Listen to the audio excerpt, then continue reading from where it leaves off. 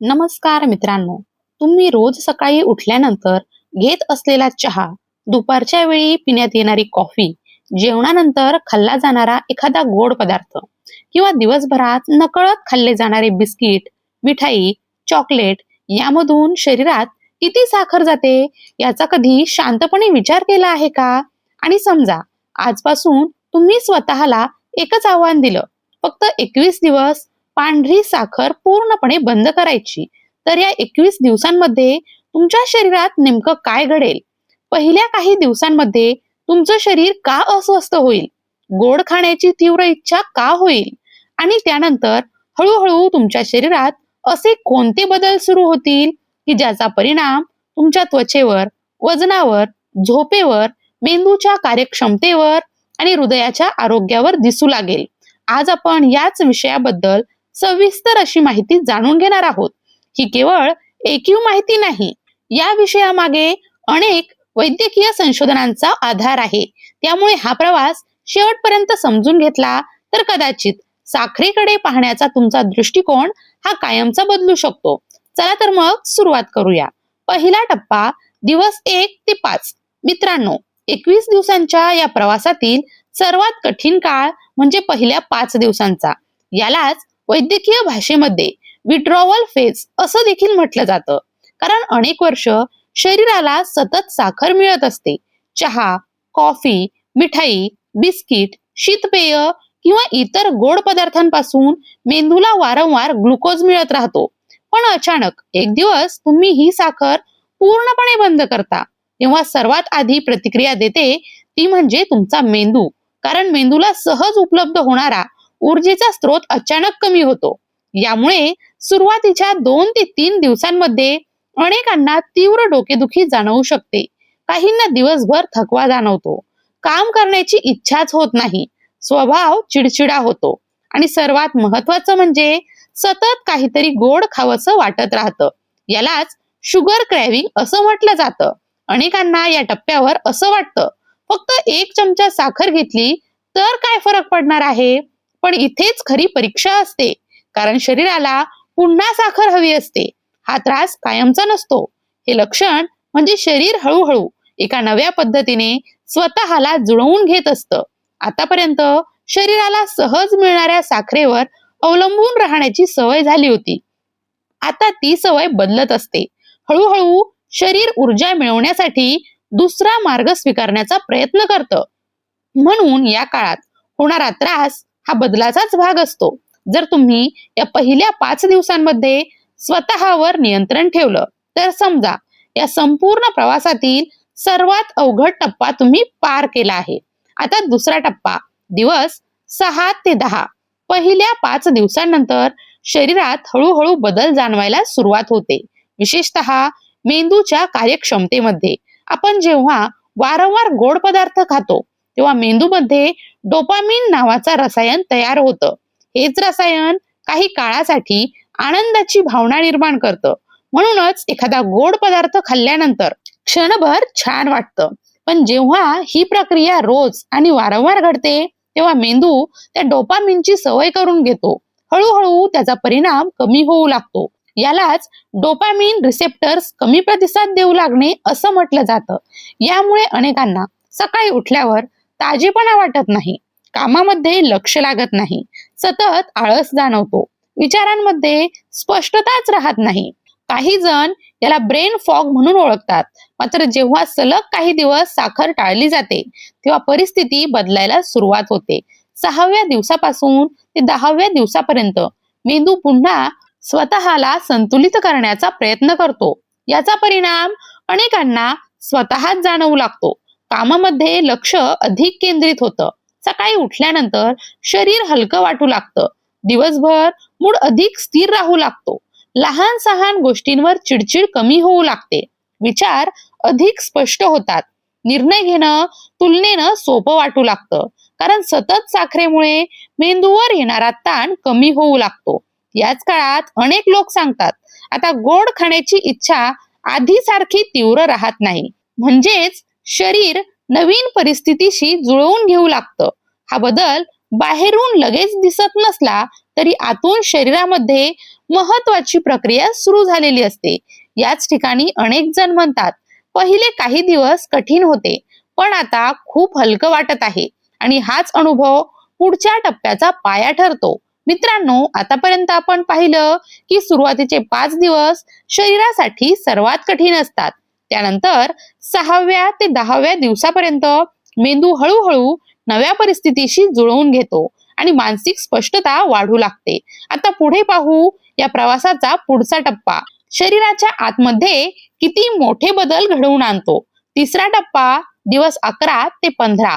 11व्या दिवसापासून 15व्या दिवसापर्यंतचा काळ हा विशेषतः आपल्या स्वादुपिंडासाठी आणि इन्सुलिन या महत्वाच्या हार्मोनसाठी खूप महत्वाचा मानला जातो. आपण जेव्हा गोड पदार्थ खातो तेव्हा त्यातून मिळणारा ग्लुकोज रक्तात मिसळतो.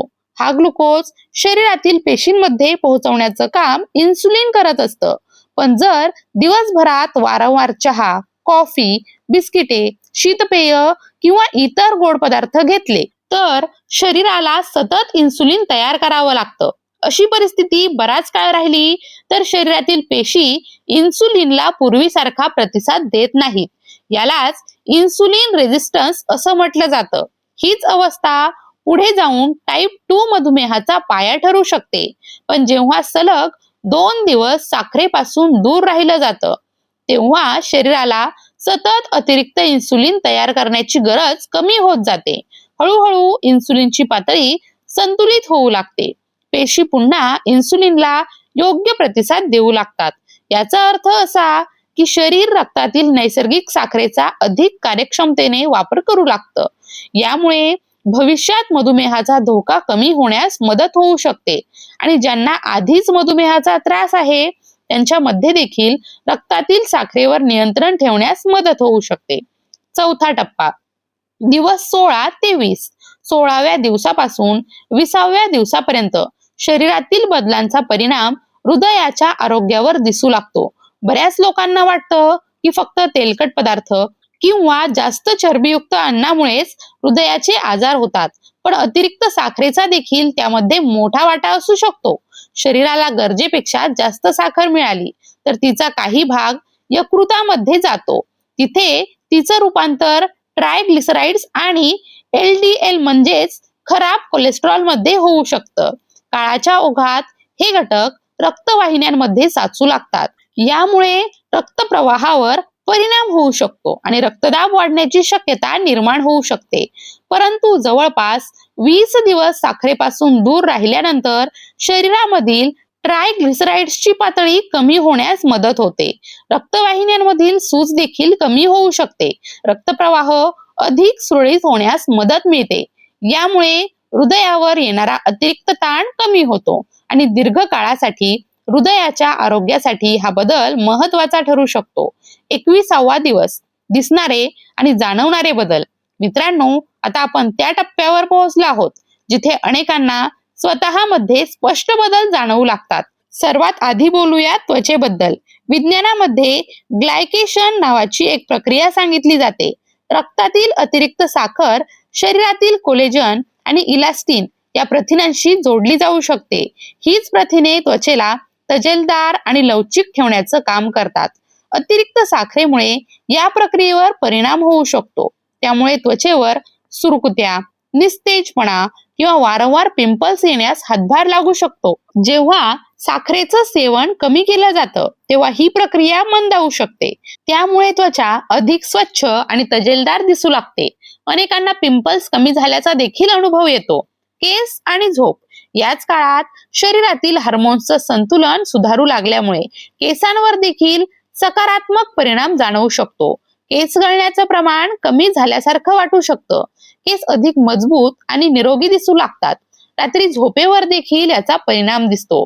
साखर कमी झाल्यानंतर रात्री शरीरातील तणावाशी संबंधित हार्मोनचं प्रमाण संतुलित राहण्यास मदत होऊ शकते. त्यामुळे झोप अधिक शांत आणि गाढ लागू शकते आणि दुसऱ्या दिवशी सकाळी उठल्यानंतर शरीर अधिक ताजतवानं वाटू शकतं. वजनामध्ये होणारा बदल. या 21 दिवसांच्या प्रवासामधील सर्वात स्पष्ट दिसणारा बदल म्हणजे वजनामध्ये होणारा फरक. जेव्हा बाहेरून सतत साखर मिळणं बंद होतं, तेव्हा शरीराला ऊर्जा मिळवण्यासाठी दुसरा मार्ग स्वीकारावा लागतो. अशा वेळी शरीर साठवून ठेवलेल्या चरबीचा वापर इंधन म्हणून करू लागतं. यालाच फॅट बर्निंग मोड असं म्हटलं जातं. सुरुवातीच्या दिवसांमध्ये शरीरात साठलेलं अतिरिक्त पाणी कमी होऊ लागतं, त्यामुळे शरीर हलकं वाटू लागतं. पुढील काही दिवसांमध्ये पोट, कंबर आणि मांड्यांवरील अतिरिक्त चरबी कमी होण्याची प्रक्रिया सुरू होऊ शकते. त्यामुळे वजन कमी होण्याबरोबरच शरीर अधिक सडपातळ दिसू लागतं. इतर महत्वाचे फायदे. या मुख्य बदलांव्यतिरिक्त काही लहान पण महत्वाचे फायदे देखील दिसू शकतात. तोंडातील काही हानिकारक जीवाणू साखरेवर वाढतात. साखरेचं प्रमाण कमी झाल्यावर त्यांच्या वाढीवर परिणाम होऊ शकतो. त्यामुळे दात आणि हिरड्यांचं आरोग्य सुधारण्यास मदत मिळू शकते. त्याचबरोबर यकृतावरचा अतिरिक्त ताण कमी होऊ शकतो. विशेषतः फॅटी लिव्हरच्या समस्येमध्ये देखील साखर कमी करणं महत्वाचं मानलं जातं. पचन संस्थेला देखील याचा फायदा होऊ शकतो. दिवसभर ऊर्जा अधिक स्थिर राहते. दुपारी किंवा संध्याकाळी अचानक येणारा थकवा कमी झाल्यासारखं वाटू लागतं. मित्रांनो, या विषयाबाबत अनेक संशोधनांमध्ये साखरेचं प्रमाण कमी केल्यामुळे शरीरामध्ये सकारात्मक बदल दिसून आल्याचं नमूद करण्यात आलं आहे. American journal of clinical nutrition मध्ये प्रकाशित संशोधनानुसार आहारातील रिफाईंड साखर कमी केल्यानंतर शरीरातील सूज आणि ट्रायग्लिसराईडच्या पातळीत सुधारणा दिसून आली आहे.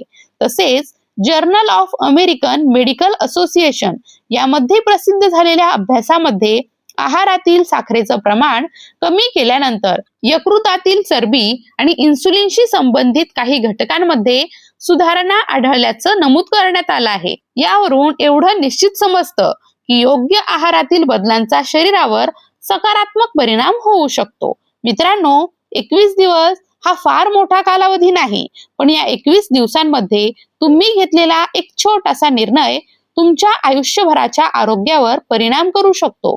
सुरुवातीचे काही दिवस नक्कीच कठीण वाटतील, पण प्रत्येक कठीण दिवसानंतर तुमचं शरीर हळूहळू नव्या आणि अधिक निरोगी जीवनशैलीकडे वाटचाल करत असतं. कदाचित या क्षणी तुमच्या हातात चहाचा कप असेल किंवा पुढच्या काही मिनिटांमध्ये तुम्ही एखादा गोड पदार्थ खाणार असाल, तर फक्त स्वतःला एक प्रश्न विचारा. हा स्वाद काही क्षणांचा आहे, पण त्यासाठी मी माझ्या आरोग्याशी तडजोड तर करत नाही ना? कधी कधी आयुष्य बदलण्यासाठी मोठ्या गोष्टी करण्याची गरज नसते. फक्त एका छोट्या सवयीमध्ये केलेला योग्य बदलही पुरेसा असतो आणि कदाचित तो बदल आजपासूनच सुरू होऊ शकतो. भेटूया पुढील माहितीपूर्ण विषयासह. तोपर्यंत स्वतःची आणि आपल्या कुटुंबाची काळजी घ्या. धन्यवाद.